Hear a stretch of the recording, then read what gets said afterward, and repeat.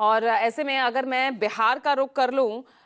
तो यहाँ पर ऋषिकेश, बिहार की राजनीति वहां पर, क्योंकि हम जिस तरह से दलित राजनीति वहां पर भी किस तरह से उभर रही है, और ऐसे में जो विपक्ष जिस तरह से एकजुट होकर दिख रहा है, क्योंकि यहां पर जिस तरह से इस 20% की आबादी को साधने की जो कोशिश हर पार्टी कर रही है, चाहे यूपी हो, बिहार हो, पश्चिम बंगाल हो, और तीनों ही ऐसे राज्य हैं जो इस वक्त चुनाव की डगर पर दिख रहे हैं, तो ऐसे में विपक्ष की रणनीतियां कितनी भारी पड़ती नजर आ रही है? पूजा, देखिए, जो बिहार का उत्तर प्रदेश से जो सटा हुआ इलाका था, वहाँ पे एक वक्त था जब बीएसपी का एक अपना जनाधार था, मजबूत प्रभाव था, और पूरे देश में न केवल उत्तर प्रदेश बल्कि अन्य राज्यों में, उत्तर भारत के कई राज्यों में बीएसपी का एक मजबूत वोट बैंक माना जाता था। लेकिन बिहार में हाल के बीते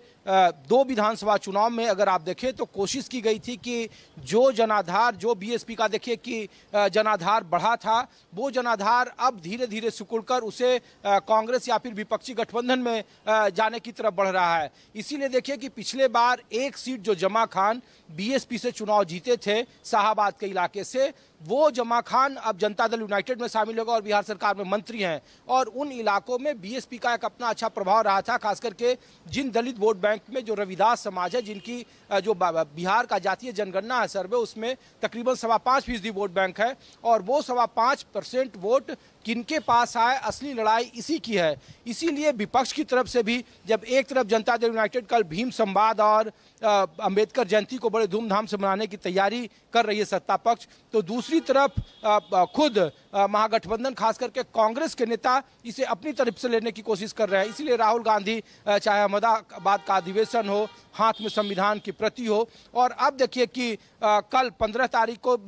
सिटीजन संगठन जो मनाया जा रहा है, राहुल गांधी का जो पायलट प्रोजेक्ट है, उसमें सबसे ज़्यादा फोकस दलित कार्यकर्ताओं पर है, और वो अब गुजरात से शुरू कर रहे हैं और अगला पड़ाव उनका बिहार होगा। तो कांग्रेस जो कोशिश कर रही थी अपने पुराने ट्रेडिशनल वोट बैंक को कि दलित, मुस्लिम और सवर्णों की राजनीति करती थी, अब राहुल गांधी ने थोड़ा बदला है उसे, और बिहार की दलित पॉलिटिक्स में अब उसे ओबीसी की तरफ मोड़ा गया है, क्योंकि जो दलित पूरे देश में जाना जाता है पूजा, वही महादलित के नाम से जाना जाता है बिहार में, जिसमें 21 जातियों का समीकरण है, 21 जातियों की गोलबंदी है। जब रामविलास पासवान नीतीश कुमार के साथ नहीं थे, तो वो पासवान जो तकरीबन 5.25% है, 20% जिसकी आप बात कर रहे हैं, वो एक वक्त में नीतीश कुमार उसे महादलित से बाहर रखा था उन्होंने इस जाति को, लेकिन अब उसे शामिल कर लिया गया है। तो जो मुसहर और जो रविदास समुदाय है, इन दोनों के बीच में खींचतान कोशिश की जा रही है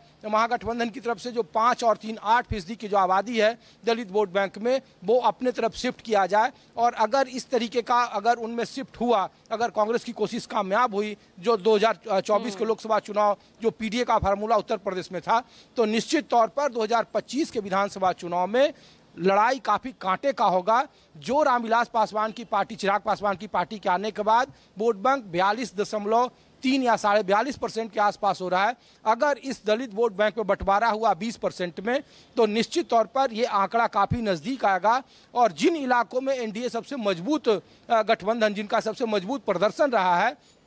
उन इलाकों में ये वोटर काफी निर्णायक है। इसीलिए ये कोशिश हो रही है दलितों को अपनी तरफ से, चाहे वो भीम संवाद आप देख लीजिए, या फिर राहुल गांधी का संविधान बचाओ यात्रा देख लीजिए, कन्हैया कुमार और पप्पू यादव का वहाँ पलायन रोको यात्रा देख लीजिए, प्रदेश अध्यक्ष की नियुक्ति देख लीजिए, और जो संगठन सिटीजनशिप जो कांग्रेस का मेगा प्रोजेक्ट है, उसकी शुरुआत देख लीजिए। ये पूरे दलित राजनीति को देखकर ही उसके इर्द गिर्द ये मुनावर बुनी जा रही है। पूजा, ठीक है, तो दलित राजनीति को देखते ही सभी नफा नुकसान का आकलन करने के बाद ही इस तरह की राजनीति हमें देखने को मिल रही है। और